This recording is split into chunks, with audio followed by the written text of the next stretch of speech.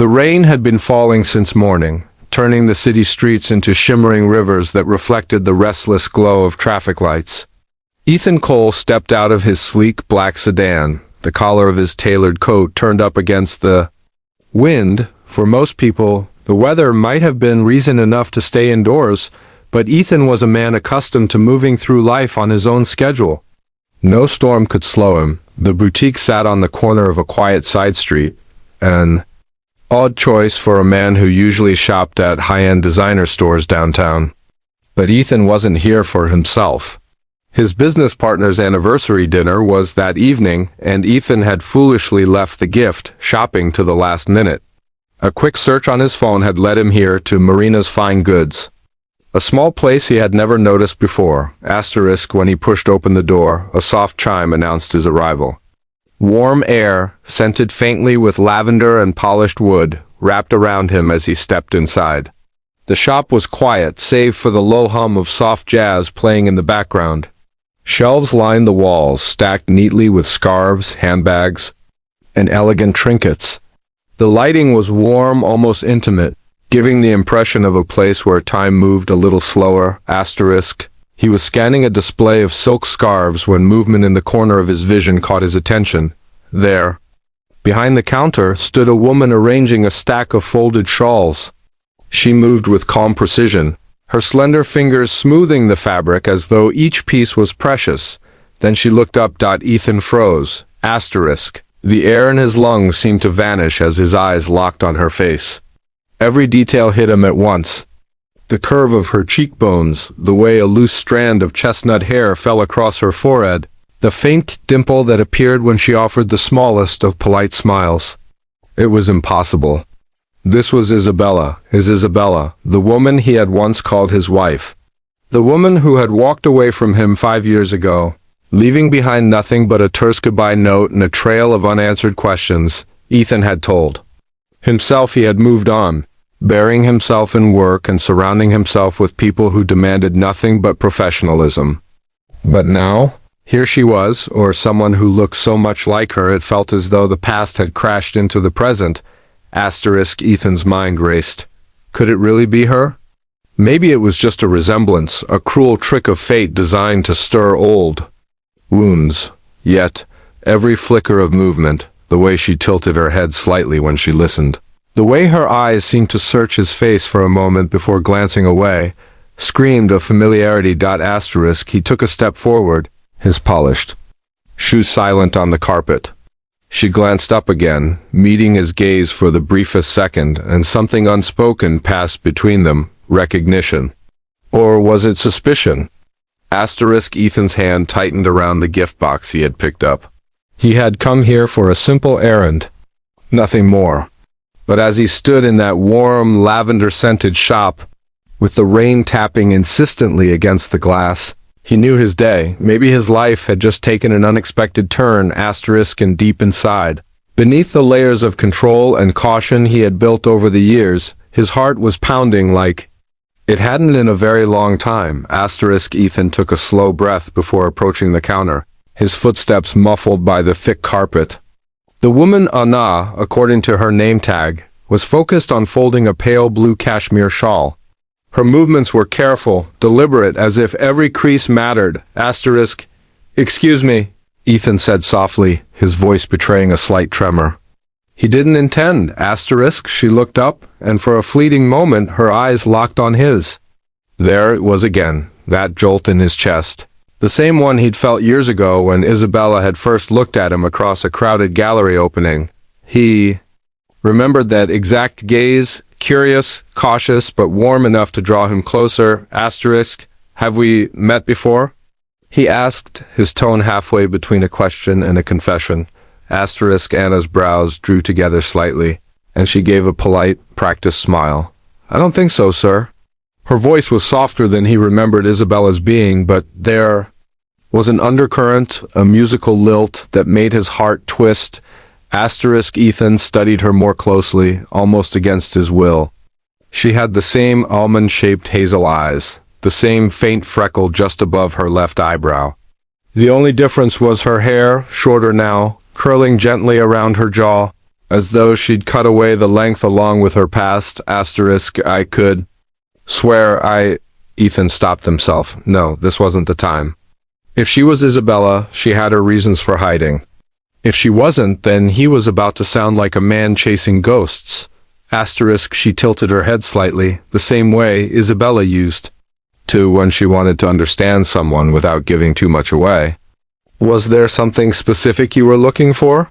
Asterisk, Ethan forced a small smile. A gift? Something elegant for a friend? Asterisk, of course, she said, her tone all business now, as though placing a wall between them. She moved from behind the counter and led him to a display of silk scarves. As she spoke about the quality of the fabric, the patterns inspired by Italian designers, Ethan barely heard a word.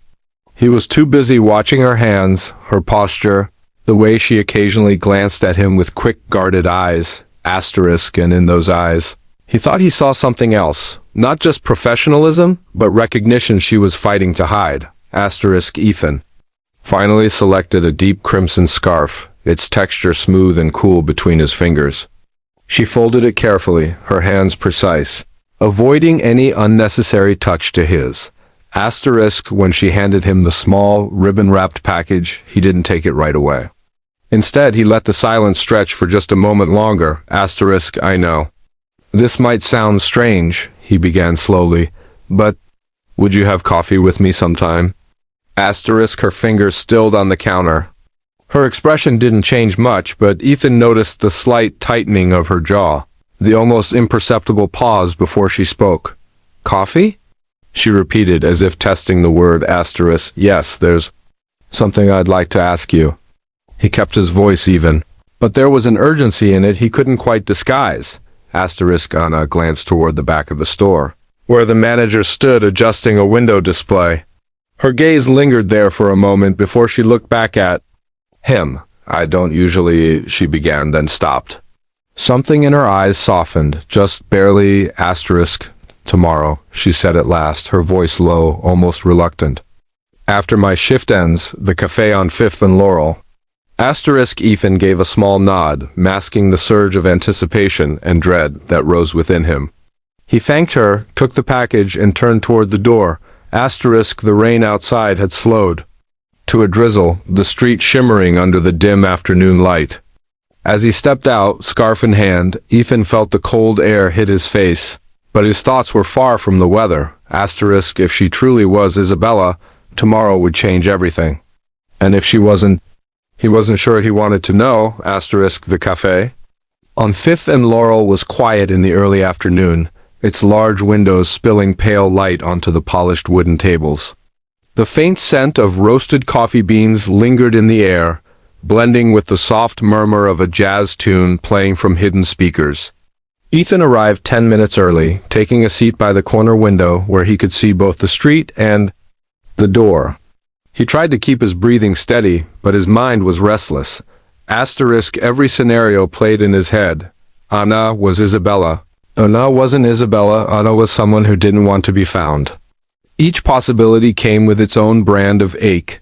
Asterisk, when the door opened, the little bell above it chimed, and there she was.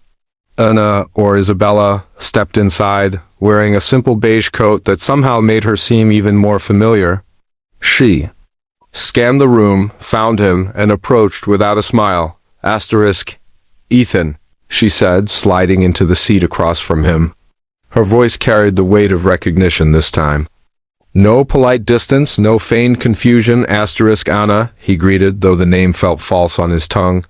Thank you for coming. Asterisk, she clasped her hands together on the table, her posture composed, yet he could see the tension in her shoulders. For a moment, they simply looked at each other, as though speaking too soon would break something fragile. Asterisk, finally, she exhaled and said quietly, You don't have to keep guessing. Yes, I'm Isabella. Asterisk, Ethan's chest tightened.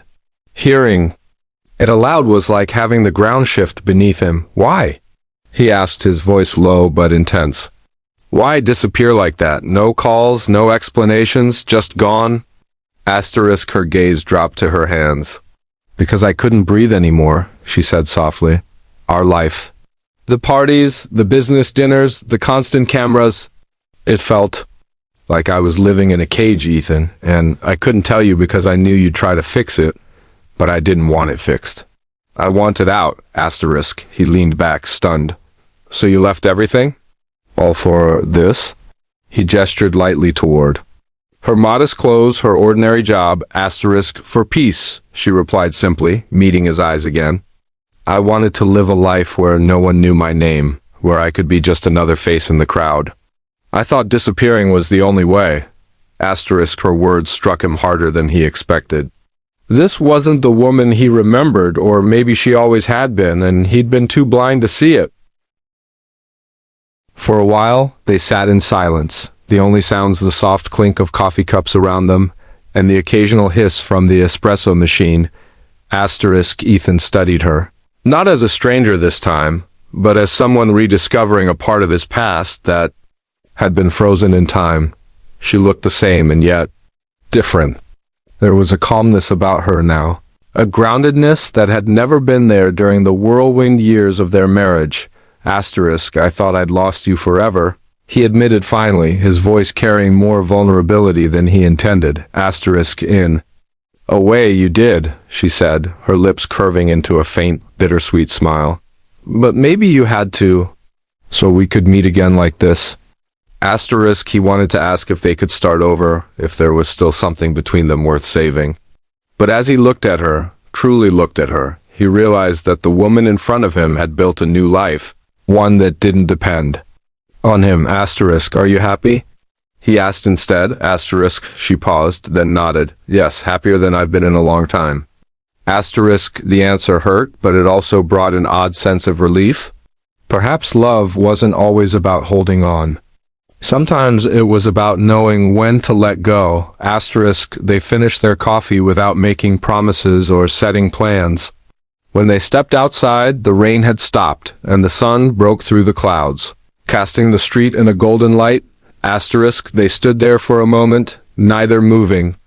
Then she gave him one last small smile, the kind that said thank you for understanding, and turned to walk away. Asterisk, Ethan watched her until she disappeared into the crowd. He didn't call after her. He didn't follow, asterisk, but as he walked in the opposite direction, scarf still in hand, he realized something unexpected. For the first time in years, he felt lighter.